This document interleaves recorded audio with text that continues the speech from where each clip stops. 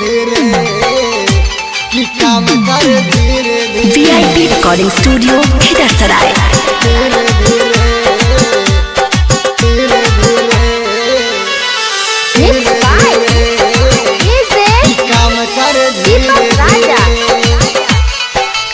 हमर राजा हमर राजा हमर राजा से पलंग न हिले कि काम कर धीरे धीरे कि काम कर धीरे धीरे। हमर राजा हमर राजा हमर राजा हमर राजा से पलंग न हिले कि काम कर धीरे धीरे कि काम कर धीरे धीरे।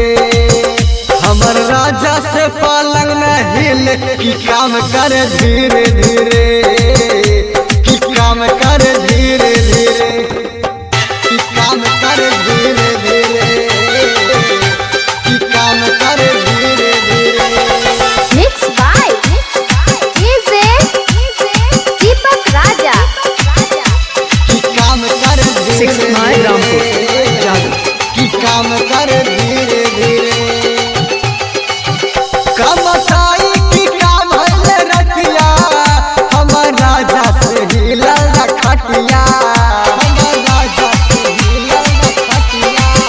कमसाई की काम है रतिया हमर राजा से हिलल खटिया।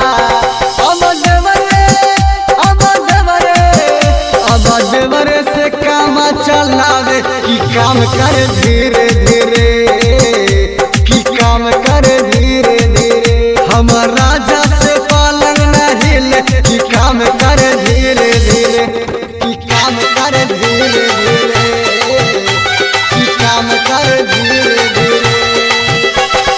Mixed by DJ काम कर दीपक धीरे राजा। धीरे कि काम 6 कर माइल रामपुर। धीरे